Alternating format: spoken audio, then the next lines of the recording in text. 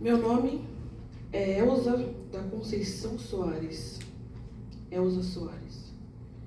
Nasci no 23 e 7, 30 dias do mês eu comi um pão que o diabo amassou com os pés. Sou negra índia, sou samba jazz, blues funk, rock roll, bossa, rapper, show, choro, sou punk. Sou claro, sou escuro, sou sagrado, sou profano.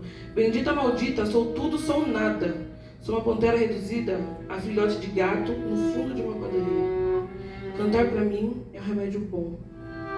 E sem essa medicina eu não estaria mais viva. Premiada como a voz do milênio pela BBC, Elza Soares, desde muito cedo na favela do Rio de Janeiro, enfrentou a fome, o luto, a rejeição e a violência. Foi mãe aos 12 anos de idade e viúva aos 21. Aprendeu na marra que só podia reconstruir sua vida através da música.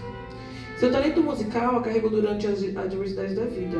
Viu o amor proibido, educou seus filhos e com muita coragem ainda foi capaz de ensinar uma geração de mulheres a denunciar e lutar contra a violência.